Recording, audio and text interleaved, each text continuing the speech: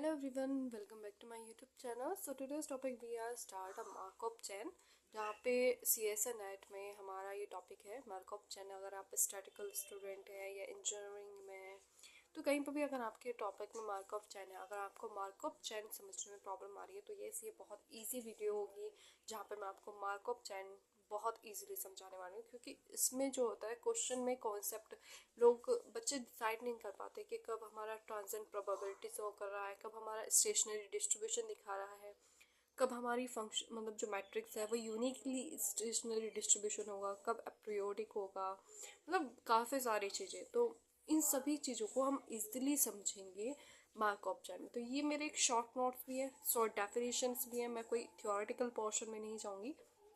सो मैं यहाँ पहले तो आपको डेफिनेशन दिखाऊंगी, कुछ की पॉइंट्स दिखाऊंगी, उसके बाद हम बात करेंगे न्यूमेरिकल प्रॉब्लम्स की कि किस तरह से क्वेश्चंस एग्जाम्स में मार्कअप चैन पर आते हैं, आप इजीली वहाँ पे कैसे कर सकते हैं। ठीक है, तो वीडियो स्टार्ट करने से पहले मेरी आप सभी से रिक्वेस्ट है, अगर आपने मेरे चैनल को लाइक नहीं किया, शेयर नहीं किया और सब्सक्राइब नहीं किया तो प्लीज़ ज़रूर करें, क्योंकि नेक्स्ट इंपॉर्टेंट वीडियोज़ का नोटिफिकेशन आप तक जल्दी आ जाएगा।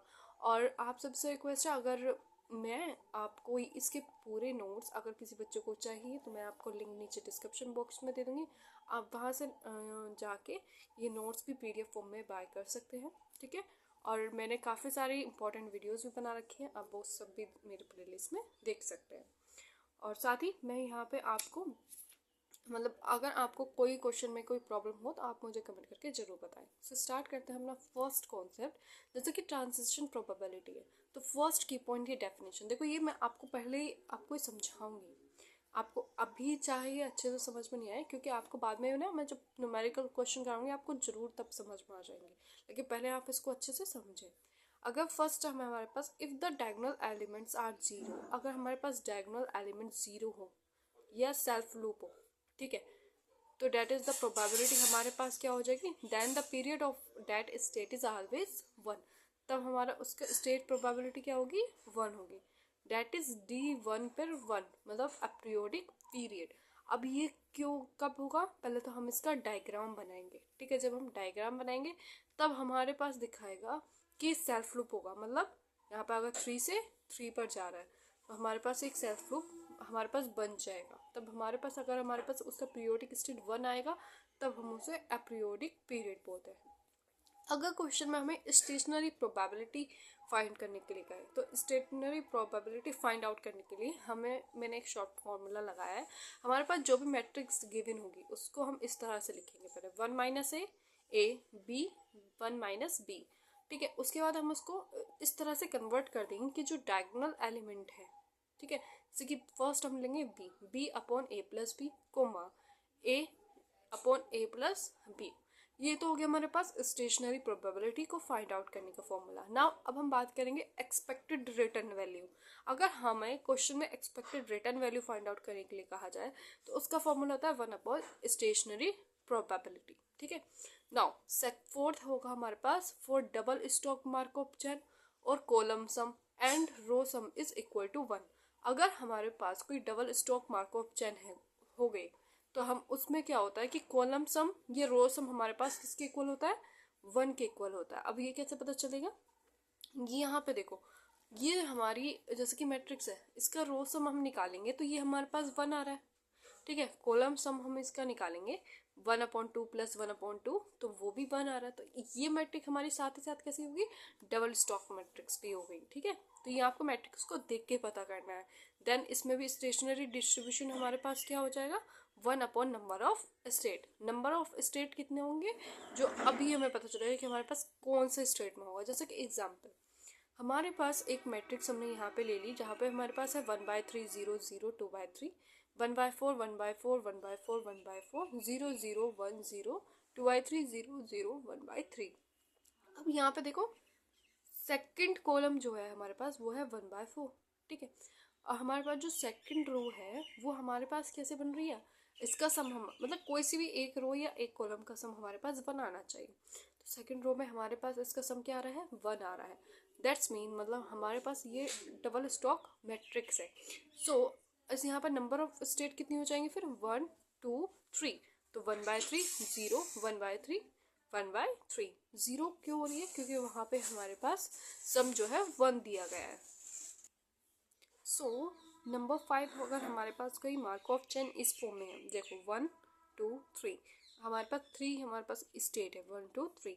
अगर हमारे पास 1 से 2 पर जा रही है, 2 से 1 पर जा रहा है, 1 से 1 पर खुद ही गया, 2 से 2 पर ही भी गया, और 1 से 3 पर गया, 3 से खुद पर गया, तो ये हमारे पास एक सेल्फ लूप हो रहा है 1 2 3। 3 पर तो ये तीनों पर सेल्फ लूप है, लेकिन हमारे पास देखा जाए तो 3 से 1 पर नहीं जा रहा, कोई भी स्टेट 3 से 1 पर नहीं जा रही, तो ये हमारे पास कैसे हो गई? रिड्यूसिबल हो गई है।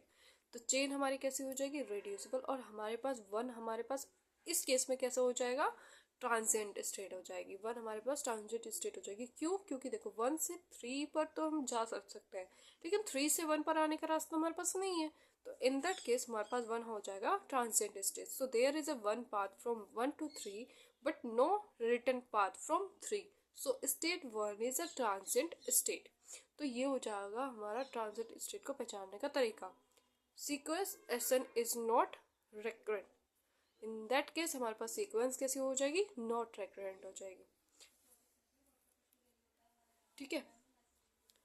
नाउ अगर हमारे पास मैट्रिक्स में लास्ट में कॉलम 1 में 3 से 3 पर 1 आ जाए, तब हमारे पास 3 पे देखो सेल्फ लूप भी बन रहा था, ऊपर मैंने दिखाया, तो with probability 1, so state 3 is absorbing state, so action is absorbing state. तो वहाँ पे अगर हमारे पास एब्जॉर्बिंग स्टेट भी बन जाएगा। नाउ 6, अगर हमारे पास कोई मार्कोव चेन इस तरह उसका डायग्राम इस तरह से बने 1 2 3 अप टू द 2 20 22 23, मतलब कनेक्टेड हो रहा है, आप देख रहे हो एक दूसरे से क्लासेस कम्युनिकेटली कनेक्टेड है। तो इन दैट केस हमारे पास अगर इस तरह का कोई ग्राफ है जो एक दूसरे से कनेक्टेड है सभी चीज़ें, तब हमारे पास क्या होगा? The state are the communicating to each other. सभी स्टेट कम्युनिकेट कर रहे हैं ईच अदर से। फाइनाइट मार्कोव चेन है हमारे पास। ठीक है, 23 तक, 1 से 23 तक फाइनाइट मार्कोव चेन है। सो द चेन हमारे पास रिड्यूसिबल भी होगी। इन दैट केस अगर देखो, ये पॉइंट मेन है, इंपॉर्टेंट है, जो आपको नोट डाउन करना है। अगर हमारे पास क्यूमुलेटिंग स्टेट है, ठीक है, तब हमारे पास और फाइनाइट मार्कअप चेन है, इन दैट केस हमारे पास रिड्यूसिबल भी होगा, पॉजिटिव रेकरेंट भी होगा। अगर हमारी कोई चेन इरिड्यूसिबल है, पॉजिटिव रेकरेंट है, तो वो हमें यूनिक स्टेशनरी डिस्ट्रीब्यूशन जरूर देगा। मतलब यूनिक स्टेशनरी डिस्ट्रीब्यूशन देने के लिए हमारे पास चेन कैसे होनी चाहिए? इरिड्यूसिबल होनी चाहिए और पॉजिटिव रेकरेंट होना चाहिए, तब हमारे पास वो हमें यूनिक स्टेशनरी डिस्ट्रीब्यूशन देगा। ठीक है, यूनिक डिस्ट्रीब्यूशन को किस तरह से फाइंड आउट करना है? अगर हमारे पास चेन इरिड्यूसिबल फॉर्म में हो, साथ ही कैसा हो? Positive recurrent. तो मैं बार बार रिपीट कर रही हूँ, तब हमारे पास वो यूनिक स्टेशनरी डिस्ट्रीब्यूशन जरूर होगा।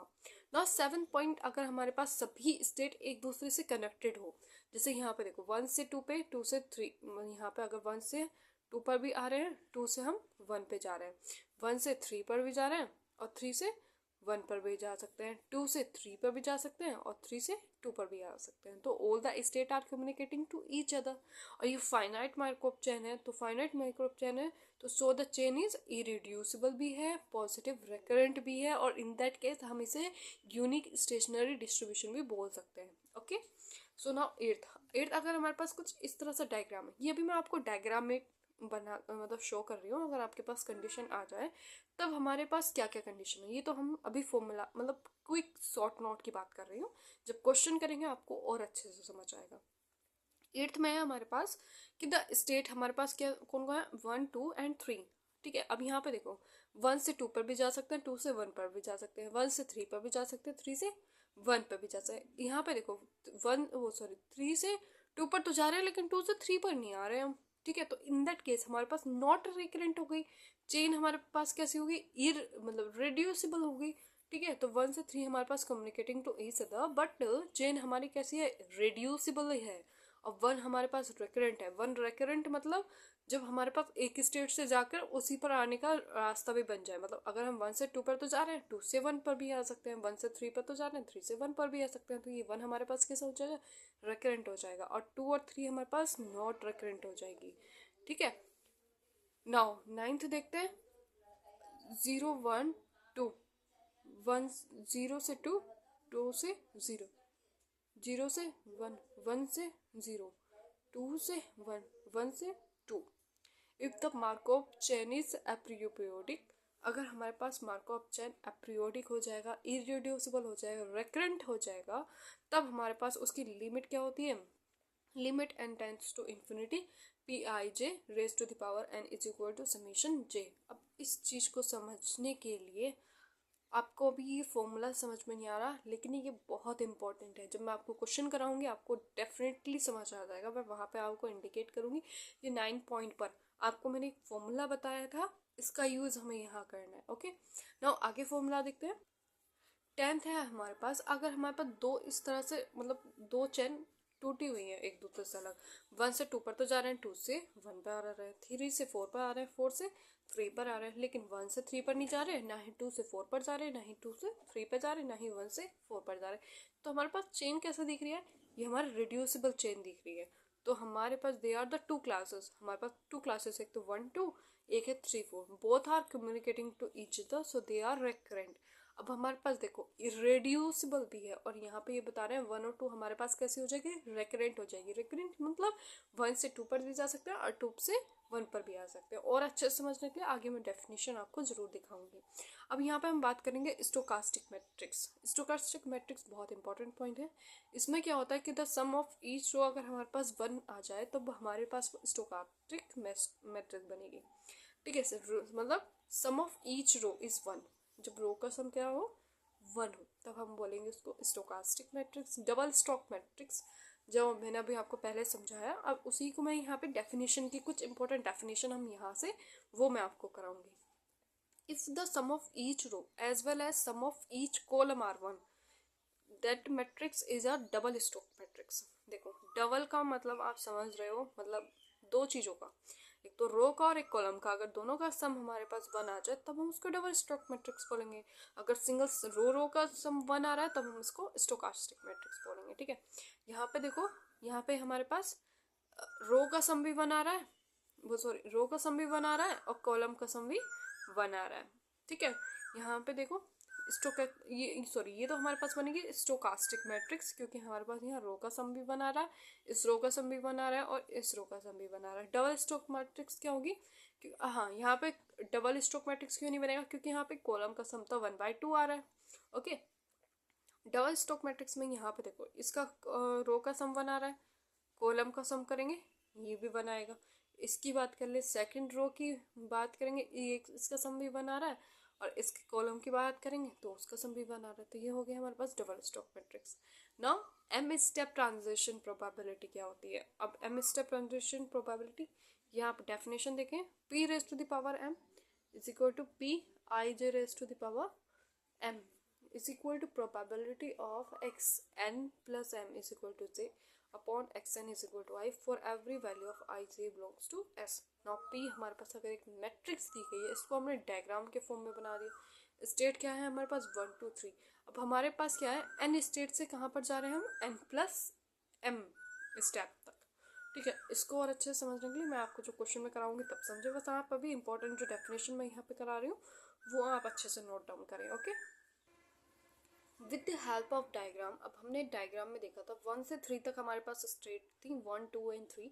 तो 1 2 3 से n स्टेप तक हमें जाना है। वहाँ पे हमें दिया हुआ है अगर हमारे पास probability x n plus m is equal to 3 है और x n is equal to 1 है, तो 1 से हमें 3 स्टेप पर जाना है। तो probability of going 3 to 1 in a 2 step तक ही जा पाएंगे, 1 से 2, 2 से फिर 3।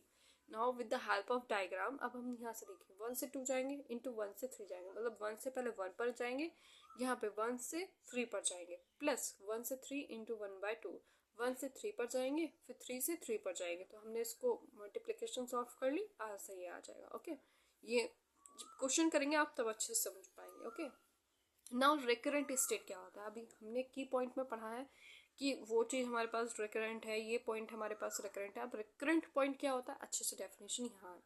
रिकरेंट मीन्स होता है recurring to each state is sure, जब 1 से हम j पर तो जा सकते हैं और साथ ही j से 1 पर भी आ सकते हैं। तो इन दैट केस i हमारे पास क्या हो जाएगी, रिकरेंट स्टेट हो जाएगी।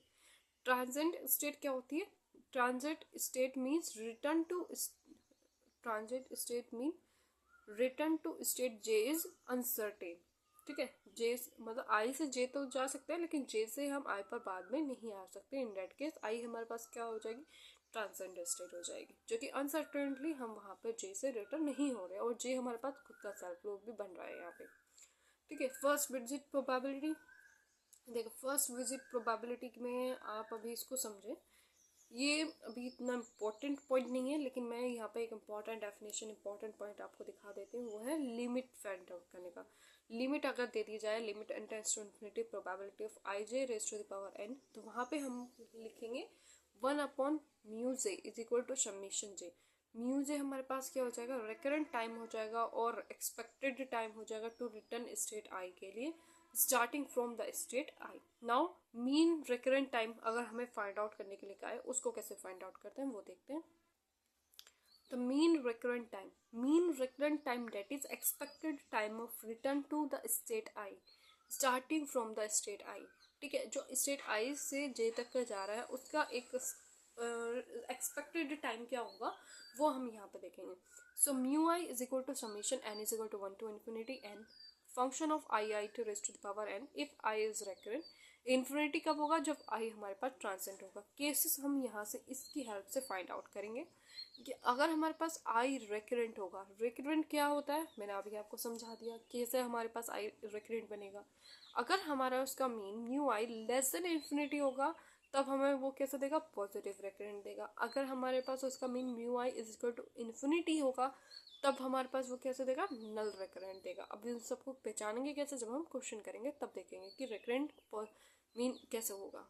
नाउ रिजल्ट है हमारे पास, a finite Markov chain cannot all transient state, a finite irreducible has all state are recurrent। मतलब दो पॉइंट है, एक तो ये और एक ये। एक फाइनाइट मार्कोव चैन है तो जरूरी नहीं है कि all they have all transient state, कि उसके बाद सभी ट्रांजिएंट स्टेट हो। ठीक है। और एक फाइनाइट रिड्यूसिबल चैन है, इरिड्यूसिबल चैन है, तो जरूरी नहीं है कि ऑल स्टेट हमारे पास कैसी हो, रेकरेंट हो। ठीक है, जरूरी हो कि हमारे पास उस पर ऑल स्टेट कैसे हो, रेकरेंट हो। नाउ लिमिटिंग प्रोबेबिलिटी, वही फॉर्मूला जो मैंने अभी आपको समझाया था वो लिमिटिंग प्रोबेबिलिटी के लिए है। सो लिमिटिंग प्रोबेबिलिटी का फॉर्मूला तो मैंने आपको समझा दिया अभी ये। ठीक है, जो हमारे पास इक्वल होगा समेशन जे के। नाउ केसेस भी बता दिया। अब हमारे पास स्टेशनरी प्रोबेबिलिटी होने के लिए क्या क्या उसको वैलिड होना चाहिए। फर्स्ट, जैसे कि मैंने अभी क्वेश्चंस आपको भी की पॉइंट में भी समझाया था, की पॉइंट नंबर 9 में। ठीक है, जहाँ पे अगर हमारे पास स्टेट कैसी इरिड्यूसिबल हो, ऑल स्टेट पॉजिटिव रेकरेंट हो, और साथ ही कैसी हो, अपीरियोडिक हो, तब हमारे पास लिमिट स्टेट क्या हो जाएगा, limit N tends to infinity P I J raise to the power N is equal to 1/u J. हमारे पास क्या देगा, समेशन जे। और समेशन जे हमारे पास कैसा होगा, स्टेशनरी डिस्ट्रीब्यूशन होगा। ठीक है, स्टेशनरी वो डिस्ट्रीब्यूटर हमें देगा। अगर हमारे पास if the chain is a period or state is a periodic, then the limiting probability does not exist।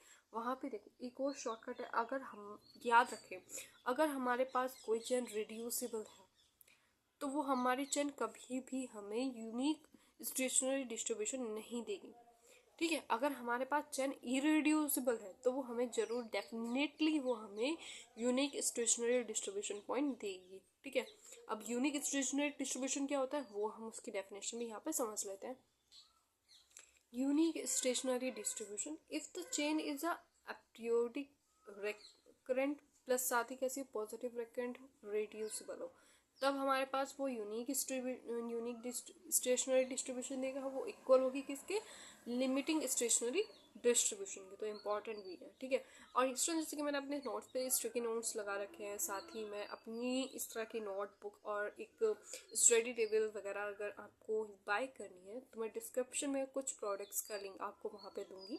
आप वहाँ से डायरेक्टली वो खरीद सकते हैं और अपनी स्टडी को और यूज़फुल बना सकते हैं, क्योंकि स्टडी मटेरियल के लिए मैंने अपने कुछ प्रोडक्ट्स लॉन्च करे हैं। आप वहाँ से वो बाय जरूर करें और मुझे बताएं कि आपके लिए स्टडी में वो काफ़ी इफ़ेक्टिव रहे हैं या नहीं, क्योंकि काफ़ी ईजी रहता है। अगर आप बैठ कर पढ़ाई कर रहे हैं और आपको अपने नोट्स में कन्फ्यूज़न हो रहा है कि हाँ कहाँ कौन से पेजेस पर हमने कौन कौन से नोट्स लगाए हैं, तो जैसे मैंने एक ही नोटबुक में यहाँ पर अपनी 3 स्टिकी नोट्स यहाँ पे मैंने कंबाइन कर रखे हैं, तो स्टिकी नोट्स का भी लिंक मैं आपको दे दूँगी। ठीक है, और इस तरह की नोटबुक्स आपको बाय कैसे करनी है तो वो भी मैं आपको डिस्क्रिप्शन बॉक्स में दे दूँगी, आप वहाँ से डायरेक्टली बाई कर सकते हैं। साथ ही स्टडी टेबल्स जो इजीली आप जैसे बेड पे बैठ के पढ़ रहे हैं, या आप मतलब ये होता है ना कि हम इस चेयर कुर्सी पे बैठ के नहीं पढ़ रहे, बेड पे या कहीं पे बाहर अगर पढ़ रहे हैं, तो हमारे पास एक लैपटॉप स्टडी टेबल भी होनी चाहिए। वहाँ पे आप इजीली उस पर अपना वर्क कर सकते हैं। तो उन सभी का प्रोडक्ट लिंक मैं आपको डिस्क्रिप्शन में दे दूँगी, आप वहाँ से डायरेक्टली बाई कर सकते हैं। ठीक है ना ये। और अगर आप एग्ज़ाम्स के लिए जा रहे हैं, आपको ट्रांसपेरेंट किट्स या अगर आपके नोट्स को कलेक्ट करने के लिए बैग्स वगैरह, तो वो सब भी मैं आपको डिस्क्रिप्शन बॉक्स में दे दूँगी, आप वहाँ से ज़रूर बाय करें ना। अब बात करेंगे हम क्वेश्चंस की यहाँ पर। सो क्वेश्चन यहाँ पे है हमारे पास, consider a Markov chain x0 x1 x2 up to the infinity तक हमारे पास स्टेट है। तो इससे डेफिनेटली पता चल गया कि हमारे पास इन्फिनाइट स्टेट हो जाएगी। So suppose I J belong कर रहा है एस में, are the two state which communicating with each other, एक दूसरे से कम्युनिकेटिंग ईच अदर है, मतलब आई से जे पर भी जा सकते हैं, ठीक है, और जे से आई पर भी आ सकते हैं। Which of the following statement is not correct. अब बताना है कि इनमें से कौन सा स्टेटमेंट करेक्ट नहीं है। देखो, period of i is equal to period of j, definitely ये तो ट्रू होगा। क्यों ट्रू होगा? क्योंकि हमारे पास communicating to each other state already बोला है। हमें तो बताना है नॉट करेक्ट वाला, तो ये तो हमारे पास कैसा है, ट्रू है पॉइंट। ओके, तो इसको तो हम इसलिए करेक्ट नहीं करेंगे। मैं यहाँ पे ट्रू के लिए रेड से टिक कर रही हूँ, आप डेफिनेटली कंफ्यूज ना हो, क्योंकि हमें नॉट करेक्ट वाला बताना है कौन सा गलत है। ओके, अगर हमारे पास आई रिकरेंट है तो इफ एंड ओनली ऑफ जे भी हमारे पास रिकरेंट होगा। ये मैंने बताया था, अगर हमारे पास 1 से 2 तक अगर कोई स्टेट बन रही है, तो वो 2 से 1 पर भी आ रहा है, तो वो हमारे पास एक पॉजिटिव रिकरेंट देगा। तो मतलब i is recurrent if and only if j is recurrent. Okay, अब देखते हैं थर्ड। अब जो मैंने आपको बताया था ना लिमिटिंग प्रॉपर्टी, वो अब हम यहाँ यूज़ करेंगे। देखो यहाँ पे कहा है कि limit N tends to infinity probability of x n is equal to y x zero to k is equal to limit N tends to infinity probability x n is equal to से x zero to k for all k belong to x. अब हमें बताना है कि ये probability और ये equal है या नहीं, क्योंकि यहाँ पर देखो 0 से n स्टेप पर तो हम जा रहे हैं, और यहाँ पर भी 0 से n स्टेप पर जा रहे हैं, लेकिन हमें k से i पॉइंट मिल रहा है। अब देखें ऑप्शन 3 के लिए। अब मैंने यहाँ पे दो तरीके से करा है, लेफ्ट हैंड और right hand side. Left hand side हमने ये वाली ली है, राइट हैंड साइड हमने यहाँ पे ये लिए, लिमिट दोनों की लिख दी। ना एन स्टेप के लिए प्रोबेबिलिटी मैंने बताई थी कि N step probability limit N tends to infinity P, कहाँ से के से आई तक पॉइंट हो रहा है, इसका के से आई पॉइंट है, और वो हमारे पास एन स्टेप में जा रहा है। तो यहाँ पे जो हमारे पास लास्ट पॉइंट होता है ना, फाइनल इनिशियल पॉइंट सॉरी, वो हमें यहाँ पे इक्वल टू होती है समीशन आई। क्योंकि हमारे पास देखो लिमिटिंग प्रोबेबिलिटी में वहाँ पे क्या था, limit N tends to infinity P I I raise to the power N 1 mu I is equal to summation, sorry यहाँ पे आई है समीशन आई। आप इसको छोड़ो, आप यहाँ देखें, ये कह रहा था मैंने कि limit N tends to infinity probability I J raise to the power N 1 mu I J is equal to किसके हो रहा है, म्यू जे के हो रहा है, मतलब इसके इनिशियल पॉइंट पर, जो कि हमारे पास पॉजिटिव रेकरेंट भी है, एक्सपेक्टेड टाइम जो है वो रिटर्न हो रहा है आई के लिए, और स्टार्टिंग फ्रॉम आई, ठीक है। और ये हमारे पास कैसी है, साथ ही रेकरेंट भी है। तो यहाँ पे जब मैंने बात करी, हमारे पास ये पॉइंट हो रहा है आई। नाउ यहाँ पे क्या हो रहा है, अब राइट हैंड साइड देखें, limit I tends to infinity probability of K J N step पर जा रही है, तो ये हो जाएगा समेशन जे। अब यहाँ पर तो ये दोनों इक्वल नहीं हो रहे ना, summation i does not equal to summation j. अगर यहाँ आई के इक्वल होते तब हमारे पास ये पॉइंट ठीक हो जाता, लेकिन यहाँ पर तो इन्होंने कहा है कि ये पॉइंट इक्वल है। सो ये पॉइंट हमारे पास, ये स्टेटमेंट हमारे पास गलत हो गया, तो हमने यहाँ पे टिक करा। अब इसी यहाँ पर फोर्थ देख लेते हैं, फोर्थ हमारे पास सही क्यों था। नोट पॉइंट पे भी मैंने यहाँ पे लिखा है कि लिमिट इनिशियल स्टेट हमारे पास कैसी होती है, वो इंडिपेंडेंट होती है। जो हमारे पास इनिशियल स्टेट होती है लिमिटिंग में, वो हमारे पास इंडिपेंडेंट होती है इफ़ द चेन हमारे पास कैसी इरेड्यूसिबल हो। 1000 बार मैं बार रिपीट कर चुकी हूँ, अगर ये स्टेटमेंट आपको दिख जाए, आप डायरेक्टली ही ये फॉर्मूला यूज़ करना। ओके, क्योंकि मार्कअप चेन की जान जो है वो ये 2-3 पॉइंट की डेफिनेशन में ही है, जैसे कि इरिड्यूसिबल होना चाहिए, पॉजिटिव रेकरेंट होना चाहिए, एपरियोडिक होना चाहिए, यूनिफॉर्म यूनिक स्टेशनरी डिस्ट्रीब्यूशन होना चाहिए, ट्रांजेंट होना चाहिए, छोटी छोटी डेफिनेशन है, ठीक है। तो limit n tends to infinity probability I j हमारे पास किसके इक्वल हो जाएगा, समेशन जे के। नाउ जे हमारे पास क्या ट्रांजेंट है, तो हम अगर हाँ एक और इम्पॉर्टेंट पॉइंट अब यहाँ पे ऐड हुई है, ये तो आपने इतना देख लिया, ठीक है। अगर हमारे पास जे ट्रांजेंट स्टेट होगी तब हमारे पास वो लिमिट कैसे देगा, ज़ीरो देगा। ठीक है, ओके। नाउ ऑप्शन नंबर 4 को हम डिफाइन करें। हमारे पास एक लिमिट दी है, n tends to infinity, probability of x n is equal to j, x zero is equal to i, then equal to होगा limit N tends to infinity, probability of x n is equal to j, x not is equal to j. So limit n tends to infinity, probability I j raised to the power n is equal to limit n tends to infinity, probability j raised to the power n। यहाँ पे क्या है, summation j equal हो रहा है किसके, summation j के, क्योंकि यहाँ पे देखो इसकी इनिशियल पॉइंट क्या हो जाएगी, j हो जाएगी। यहाँ पे भी क्या पॉइंट है, j है, तो मतलब summation j equal to j by the probability of limit.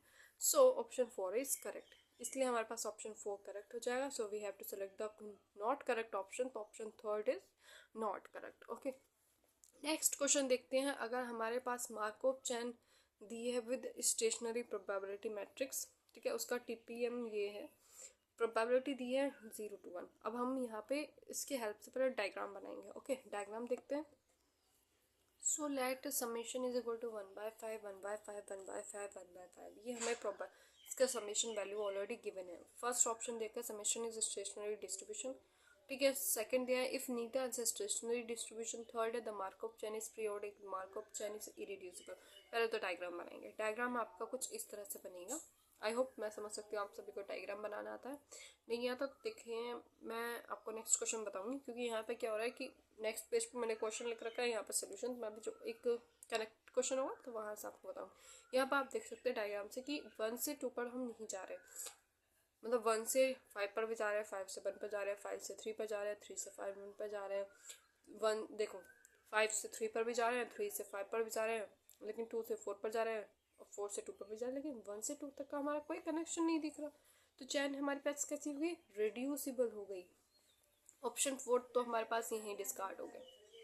Irreducible बोल रहा है, नहीं भाई हमारी चैन तो रिड्यूसिबल है। ठीक है, अगर चैन रिड्यूसिबल है तो डेफिनेटली वो हमें इनफाइनाइट स्टेशनरी डिस्ट्रीब्यूशन देगा। मैंने आपको ट्रिक बताई थी, अगर चैन हमारे पास रिड्यूसिबल है तो वो हमारे पास यूनिकली स्टेशनरी डिस्ट्रीब्यूशन पॉइंट नहीं देगा, वो हमें कोई सा भी स्टेशनरी डिस्ट्रीब्यूशन पॉइंट नहीं देगा किसी भी फाइनाइट मार्कऑफ चैन के लिए। ठीक है, किसी भी फाइनाइट स्टेट के लिए। तो अगर हमारे पास चैन रिड्यूसिबल है तो वो इनफाइनाइट स्टेशनरी डिस्ट्रीब्यूशन देता है। मैंने यहाँ पर शॉर्ट नोट में भी लिखा है। तो ऑप्शन सेकंड भी हमारे पास डिस्कार्ड हो जाएगा। देखो डायग्राम को देख के आप डायरेक्टली पॉइंट इस तरह से डिस्कार्ड कर सकते हैं। ठीक है, क्योंकि हमारे पास वो कैसे देगा, यूनिकली स्टेशनरी डिस्ट्रीब्यूशन देगा। नाउ पाई हमारे पास क्या स्टेशनरी डिस्ट्रीब्यूशन है ना। अब वो देखते हैं 4 पाई स्टेशनरी डिस्ट्रीब्यूशन। उसके लिए हमारे पास फॉर्मूला होता है pi equal to pi P. ठीक है, पाई हमारे पास ये वाली जो वैल्यूज है इज इक्वल टू पाई, ये पी हमारे पास क्या होती है, गिवन मैट्रिक्स। ऑब्वियसली अगर हम उसके साथ मल्टीप्लाई करेंगे तो हमारे पास पाई वैल्यू भी देगा। तो ये स्टेशनरी डिस्ट्रीब्यूशन तो है। तो ऑप्शन फर्स्ट इज करेक्ट कि मार्कअप चैन इज पीरियोडिक है। अब हम देख रहे हैं कि हमारे पास इसका जीसीडी क्या होगा। नाउ 1 से 1 3 और 5 हमारे पास ये एक अलग सी कनेक्टेड स्टेट बन रही है, मतलब 1 से 3 पर जा रहे हैं, 3 से 5 पर जा रहे हैं, और एक सेकंड स्टेट बनी है 2 और 4। लेकिन देखो 1 से 3 पर, 1 से 5 पर, 3 से 5 तक हमारे पास इनका जीसीडी 2 आ रहा है, मतलब जीसीडी जो बन रहा है 2 आ रहा है। लेकिन जब हम 2 से 4 पर जा रहे हैं, 4 से 2 पर जा रहे हैं, वहाँ पर हमारे पास जीसीडी 1 आ रहा है। सो D1 हमारे पास जीसीडी ऑफ 2 3 4 हमारे पास जीसीडी 1 आ रहा है, इसका पीरियोडिक स्टेट बना रही है, लेकिन पूरी मैट्रिक चैन के लिए नहीं, क्योंकि हमारे पास मैट्रिक जो है 2 चैनों में डिस्ट्रीब्यूटेड है। एक तो ये है 2 4, ठीक है, क्योंकि एक तो हमारे पास ये चैन है और एक हमारे पास यहाँ दूसरी ये चैन है। तो 2 अलग अलग चैन के लिए हमारा एप्रियोडिक स्टेट जो हो रहा है वो सेम नहीं आ रहा है। तो जरूरी नहीं है कि हमारे पास मार्कअप चैन एप्रियोडिक हो, तो ये ऑप्शन भी डिस्कार्ड। नाउ नेक्स्ट क्वेश्चन देखते हैं। कंसीडर कर लिया हमारे पास एक मार्कअप चैन स्टेट है 0 1 2 3 4, जहाँ पे ट्रांजिएंट स्टेट दिया है। अब ये दिया है, देखो मैंने यहाँ पे ऑलरेडी इंडिकेट कर दिया आपको। अगर स्टेट स्पेस दे रखी है तो ठीक है, जैसे कि अभी पहले वाले क्वेश्चन में स्टेट स्पेस नहीं दे रखी थी, तो हमने यहाँ पे लिख दिया था 0 1 2 3 एंड 4, 0 1 2 3 एंड 4। अब यहाँ पे क्या है, 0 से 0 पर 1 वैल्यू है, मतलब सेल्फ लूप है। ठीक है, सो देन हमें लिमिट फाइंड करनी है n tends to infinity p2 raise to the power n equal to. अब हमें देखो 0 से 0 पर, फर्स्ट मेरा यहाँ पे डायग्राम है कि 0 से 0 पर बजा रही है। पहले तो हम नंबर लिख देंगे 0 1 2 3 4, 0 से 0 पर गए। नाउ अब 1 से कहाँ पे जा रहे हैं, 0 पर, 1 से 1 पर, 1 से 2 पर, 1 से 0 पर, 1 से 2 पर, 1 से 1 पर, ठीक है। नाउ अब देखो, आपको डायग्राम खुद ही बनाना है इसे। 2 से 1 पर, 2 से 2 पर, 2 से 3 पर, 2 से 1 पर, ठीक है, ये गया। 2 से 2 पर, 2 से 3 पर, ओके। नाउ 3 से 2 पर, 3 से 3 पर, 3 से 4 पर, 3 से 2 पर, 3 से 3 पर, 3 से 4 पर, 4 से 4 पर ही गया है। तो यहाँ पे देखो 4 से 0 पर तो जा ही नहीं रहा और ना ही 4 से रिटर्न हो रहा है 3 पर। तो ये हमारे पास चेन कैसी हो गई, रिड्यूसिबल। ये तो आप अपनी मार्कअप चेन जब बनाए पहले ही लिख के जाए, ठीक है। रिड्यूसिबल हमारे पास चेन हो गई। अब हमारी लिमिट फाइंड आउट करनी है। अब मैंने बताया था आपको लिमिट का फॉर्मूला यहाँ पे पाई होता है, पाई 3, ठीक है, मतलब पाई जे, पाई आई, जो भी हमारे पास क्वेश्चन के गिवन है। सो ये हमारे पास limit n tends to infinity probability of 3n is equal to pi 3। अब ये बताओ मुझे कि 3 पर हमारे पास क्या कंडीशन है। 3 से हमारे पास 4 पर जा रहा है, ठीक है, लेकिन 4 से 3 पे नहीं आ रहा। तो इन दैट केस 3 हमारे पास कैसी स्टेट हो जाएगी, ट्रांजिएंट स्टेट। मैंने बताया था आपको कि अगर 3 से 4 पर तो जा रहे हैं लेकिन 4 से 3 पर नहीं आ रहे, कोई स्टेट ऐसी मिल जाए तो वो हमारे पास ट्रांजिएंट स्टेट होती है। और ट्रांजिएंट स्टेट में मैंने अभी नेक्स्ट क्वेश्चन के की पॉइंट में बताया, उस केस में हमारे पास उसकी लिमिट कैसी हो जाएगी, 0 हो जाएगी। क्योंकि 3 से 4 पर तो जा रहे हैं लेकिन वहाँ से रिटर्न नहीं हो रहे हैं, तो इन दैट स्टेट वो हमारे पास ट्रांजिएंट स्टेट हो जाएगी। तो वहाँ पर लिमिट कैसी हो जाएगी, 0। 0 ऑप्शन करेक्ट हो जाएगा, okay. Now question number next. Consider a Markov chain with a state space 0, 1, 2 and 4 and उसकी ट्रांजिएंट मैट्रिक्स हमें ये दी है। तो स्टेट ऑलरेडी गिवन है 0, 1, 2, 0, 1, 2, 0, 1, 2। पहले डायरेक्ट डायग्राम बनाना है आपको, कोई सी मैट्रिक्स मिले पहले डायग्राम ही बनाना है। यहाँ पे देखो 0 से 0 पर जा रहे हैं, 0 से 0 पहले 0, 1, 2, 0 से 0 पर जा रहे हैं, 0 से 1 पर जा रहे हैं, ठीक है। फिर 0 से 2 पर भी जा रहे हैं, 0 से 2 पर गए, 1 से 0 पर गए, 1 से 0 पर गए, 1 से 2 पर गए, फिर 2 से 0 पर जाएंगे, 2 से 1 पर जाएंगे, 2 से 2 पर जाएंगे। तो ऑलरेडी ग्राफ आप बना लेंगे। तब हमारे पास देखो ग्राफ कनेक्टेड है, रिड्यूसिबल है। ये हमारे पास कैसा है, यहाँ पे मैंने गलत लिख दिया बेटा, यहाँ पे इरिड्यूसिबल आएगा। ग्राफ हमारे पास इरिड्यूसिबल है, ठीक है, इरिड्यूसिबल है। और ये एप्रीबियोटिक के साथ ही पॉजिटिव रेकरेंट भी देगा क्योंकि हमारे ग्राफ अलग अलग नहीं है, ठीक है, इरिड्यूसिबल है। अब हमारे पास लिमिट बतानी है। Limit n tends to p 1 2 से n पर, 1 2 से, देखो ये तो एक दूसरे से आ भी रहे जा भी रहे, 1 से 2 पर भी जा सकते हैं, 2 से 1 पर भी आ सकते हैं। तो इन्होंने यहाँ पे क्या कहा, ट्रांजिएंट प्रोबेबिलिटी 0, मतलब ये दो ऑप्शन गलत है। p1 0, p1 2, 1 से 2 पर भी जा रहे हैं, 2 से 1 पर भी आ रहे हैं। ये तो प्रोबेबिलिटी इन्होंने दे दी है, ठीक है। यहाँ पे स्टॉक, हाँ यहाँ पे एक चीज़ और, यहाँ पे आपको रो कॉलम स्टॉक मैट्रिक्स भी डिफाइन करनी है। अब हमारे पास देखिए, अगर हमारे पास सम रो, इसका रो सम करेंगे तो हमारे पास क्या बन रहा है, 1/4, 5/8 प्लस 1/8, इसका रो सम 1 बन रहा है ना, इसका रो सम भी 1 बन रहा है, इसका रो सम भी 1 बन रहा है। क्योंकि जैसे ही आप ऐड करेंगे जिसका रो सम 1 बन रहा है तो हमारे पास वो जितने रेशो में होती है उसका ही इक्वल वैल्यू होगी। अगर हमें इस तरह का कोई क्वेश्चन मिलता है तो हमारे पास इसकी प्रोबेबिलिटी क्या हो जाएगी, summation j is equal to di/ui/j, मतलब 1 है हमारे पास इसका रो सम, और ये हमारे पास 3 स्टेट में है तो 1/3। तो 1 से 2 पर हमारे पास 1/3 देगा, sum limit n tends to infinity probability 2 से 1 n पर हमारे पास 1/3 देगा। इन दैट केस हमारे पास option second, option 4। So it is a stock matrix, ठीक है, stochastic matrix. So sum of each row is 1, then matrix is a stochastic matrix, that is हमारे पास summation is sum 0 sum 1 sum 2, हमारा 1/3 1/3, okay. सो ये तो question का concept था। अब एक और इम्पॉर्टेंट क्वेश्चन देख लेते हैं जहाँ पे हमें निकालना है एक्सपेक्टेड रिटर्न टाइम। स्टार्टिंग में मैंने आपको एक डायग्राम दिखाया था, एक मैट्रिक्स दिखाई थी कुछ इस तरह से, ठीक है। वहाँ पे अब हमें फाइंड करना है एक्सपेक्टेड रिटर्न टाइम।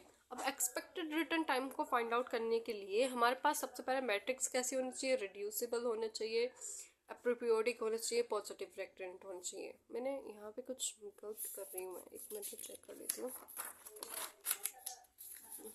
मैंने यहाँ पे गलत ही लिखा हुआ है, इरिड्यूसिबल, ठीक है। यहाँ पे इरिड्यूसिबल होना चाहिए, एप्रियोडिक, पॉजिटिव रेक्टेंट तो भाई हमें यूनिकली डिस्ट्रीब्यूशन देगा, लिमिटेड डिस्ट्रीब्यूशन देगा जहाँ पे हमारे पास समेशन आई होगा, स्टेशनरी डिस्ट्रीब्यूशन। अब सबसे पहले हमारे पास एक्सपेक्टेड रिटर्न टाइम को फाइंड आउट करने के लिए स्टेशनरी डिस्ट्रीब्यूशन फाइंड होना चाहिए। अगर हमारे पास मैट्रिक्स का ऑर्डर 2x2 है तब 2x2। तो अब स्टेशनरी डिस्ट्रीब्यूशन देखेंगे। स्टेशनरी डिस्ट्रीब्यूशन हमें दिया हुआ 1/2 1/2 1/3 1/3। अब इसको हमको ट्रांसफॉर्म करना है, ये गिवन मैट्रिक्स है। अब हमें इसको ट्रांसफॉर्म करना है इस फॉर्म में 1 minus A B 1 minus B. अब इसमें से 1 माइनस करेंगे तो हमारे पास 1/2 आएगा। यहाँ ए है हमारे पास 1/2, यहाँ बी हमारे पास 1/3। इसमें से 1 माइनस करेंगे तो हमारे पास 1/3। अब हमें एक्स नॉट पीरियड पे बताना है, उसके इनिशियल पॉइंट पर x0 x1। अब इसके बाद मैंने आपको फॉर्मूले में टेबल बताई थी, ये फॉर्मूला होगा b/a+b, a/a+b। आपको स्टार्टिंग में ये मत लिखना, स्टार्टिंग में हमारे पास b है, मैंने ये बताया ना, b से a पर जाएंगे फिर a से b पर, ba/a+b प्लस a/a+b। अब देखो b हमारे पास यहाँ पे क्या है 1/3, a क्या है 1/2, सो 1/3/1/3 प्लस 2, 1/2/1/3 प्लस 1/2। सो यहाँ पे हमारे पास क्या हो जाएगा 1/3/5/6, 1/2/5/6। सो x0 हमारे पास क्या हो जाएगा, x0 हमें इस कॉलम को करना है 1/3 इंटू x/5, क्रॉस मल्टीप्लाई हो जाएगा तो हमारे पास 2/3 हमारे पास क्या आ जाएगा इसका स्टेशनरी डिस्ट्रीब्यूशन। अगर आपसे डायरेक्ट पूछा जाए स्टेशनरी डिस्ट्रीब्यूशन क्या होगा, आप डायरेक्ट आंसर लिख देना 2/3। लेकिन हमसे यहाँ पे क्या पूछा गया है एक्सपेक्टेड रिटर्न टाइम। तो एक्सपेक्टेड रिटर्न टाइम हमेशा 1 स्टेशनरी डिस्ट्रीब्यूशन होता है, तो वहाँ पे हमारे पास हो जाएगा 1/2/5। तो इसको रिवर्स करेंगे तो हमारे पास क्या जाएगा 5/2, हमारे पास ये आंसर आ जाएगा। अब एक और इम्पोर्टेंट क्वेश्चन मैं यहाँ पे दिखाऊंगी आप सभी को, ठीक है। देखो यहाँ पे एक ये क्वेश्चन, अगर हमारे पास कुछ इस तरह की मैट्रिक्स दी हुई है, ठीक है, और स्टेटमेंट आप खुद रीड कर लेना। इसमें हमें ये पूछा जाए कि सभी स्टेट हमारे पास ट्रांजेंट हैं या रिकरेंट हैं और स्टेट, उसको क्या फाइंड आउट करेंगे। और हमें लास्ट में कॉलम मैट्रिक्स में क्या दिया हुआ है 1। अब देखो पहले तो इसका डायग्राम बनाएंगे, आई होप आप डायग्राम बना सकते हैं। स्टेट हमें इसमें गिवन नहीं है 0 1 2 3 4, 0 1 2 3 4, हमने डायग्राम बना लिया, कुछ आया इस तरह से, ठीक है। अगर डायग्राम हमारे पास इस तरह से आया, हमारे पास देख के ही पता चला है 3 से 4 पर नहीं जा रहे, 4 से 0 पर नहीं जा रहे, तो हमारे पास ये रिड्यूसिबल है। कैसी मैट्रिक्स है, रिड्यूसिबल है। अब हमारे पास कुछ स्टेट हमारे देखो 0 से 4 से 2 पर नहीं आ रहे हम, तो ये हमारे पास 2 स्टेट कैसे हो गई, ट्रांजेंट हो गई। मैं यहाँ पर टी लिख देती हूँ, 2 हमारे पास ट्रांजेंट हो गई। अब हमारे पास देखो 0 से 3 से 0 पर भी जा रहे हैं, 3 से क्या हम 1 पर 0 से 3 पर आ रहे हैं कहीं, 1 से पहले 0 से 1 पाएंगे, 1 से फिर 1 पर जा रहे हैं, नहीं। 0 भी ट्रांजेंट स्टेट हो गए, 4 भी यहाँ पे ट्रांजेंट स्टेट हो गई, 4 1 नहीं है। मतलब कुछ स्टेट हमारे पास यहाँ पे ट्रांजेंट स्टेट है, कुछ स्टेट हमारे पास यहाँ पे ट्रांजिएंट स्टेट है। तो मतलब कुछ स्टेट हमारे पास सम ट्रांजिएंट स्टेट बन रही हैं, तो वो हमारे पास कुछ ही रिकरेंट भी होगी, ठीक है, ठीक है, रिकरेंट होगी। तो हमारे पास यहाँ पे देख के पता चल रहा है कि यहाँ पे बोला है all the state are transient, नहीं, सम स्टेट ट्रांजिएंट होगी, all the state are recurrent नहीं। अगर कुछ स्टेट ट्रांजिएंट होती है तो कुछ स्टेट भी रिकरेंट होती है। ओके, नाउ अब बात करेंगे all the state have same period, क्या सभी के पास सेम पीरियड है, हाँ, क्योंकि यहाँ पे इनका सम हमारे पास सेम पीरियड के लिए देखें कि इनका रेशो क्या आ रहा है। तो यहाँ पे भी 1 आ रहा है, यहाँ पे भी 1 आ रहा है, यहाँ पे भी 1 आ रहा है, यहाँ पे भी 1 आ रहा है, यहाँ पे भी 1 आ रहा है, मतलब स्टोकास्टिक मैट्रिक्स है, सम 1 आ रहा है, ठीक है। ये डबल स्टोकास्टिक नहीं है क्योंकि कॉलम सम आप देखेंगे डिफरेंट आएगा, यहाँ कॉलम्स हम देखेंगे डिफरेंट आएगा। स्टोकास्टिक मैट्रिक्स है तो होल द स्टेट हमारे पास सेम पीरियड भी होगा। ठीक है, ऑप्शन ए करेक्ट हो जाएगा यहाँ पे। ओके, नेक्स्ट क्वेश्चन ये मैंने आपको यहाँ पे शो कर दिया है, ये आप सभी के लिए होमवर्क है, आप खुद से सॉल्व करें। और मैंने ऑलरेडी देखो सॉल्व भी करा हुआ है। अगर आपको अच्छा समझ आ रहा है तो आप मुझे कमेंट करके ज़रूर बताना कि आपको क्वेश्चन अच्छा समझ में आ गया।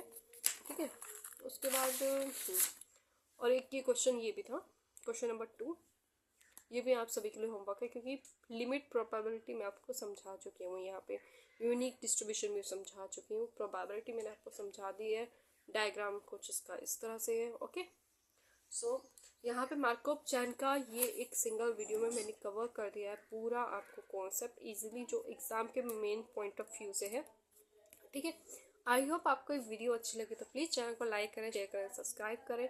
मिलते हैं नेक्स्ट वीडियो में, तब तक के लिए थैंक यू फॉर वॉचिंग।